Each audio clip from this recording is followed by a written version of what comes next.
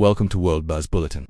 Today, we report on a potential breakthrough in the nearly 4-year-old conflict in Eastern Europe, as Ukrainian President Volodymyr Zelenskyy outlines his most significant shift toward a negotiated settlement to date. On Wednesday, December 24, 2025, President Zelenskyy unveiled a revised 20-point peace plan that, for the first time, includes a willingness to pull back Ukrainian troops from the eastern industrial heartland. Speaking to journalists in Kyiv, Zelenskyy indicated that he is prepared to discuss the creation of demilitarized free economic zones in areas currently under intense dispute, provided that Russia executes a parallel and simultaneous withdrawal of its own forces. The proposal marks a delicate pivot for the Ukrainian leader, who has long maintained that no territory would be ceded or abandoned. Under the new draft, developed in close coordination with American negotiators, the current front lines in the Donetsk, Luhansk, Zaporizhzhia, and Kherson regions would be de facto recognized as a line of contact. This would pave the way for a 60-day ceasefire and the stationing of international monitors to oversee a buffer zone where neither military would hold control. The sticking points. Despite the apparent concessions, several major hurdles remain that could derail the proposal before it even reaches the negotiating table.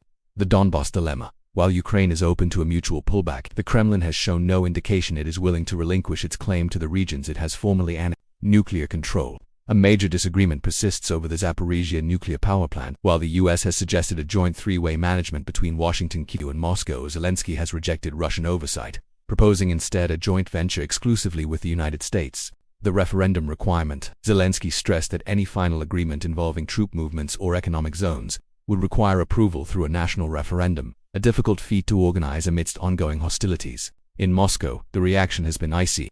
Kremlin spokesman Dmitry Peskov stated that Russia is formulating its position but dismissed the idea of publicizing peace terms through the media.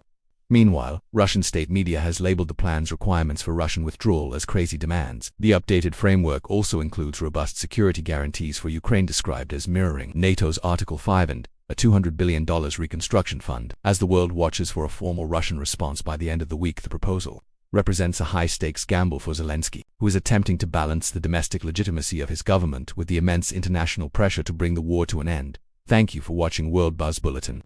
We will continue to follow the diplomatic fallout and any official response from the Kremlin as the new year approaches.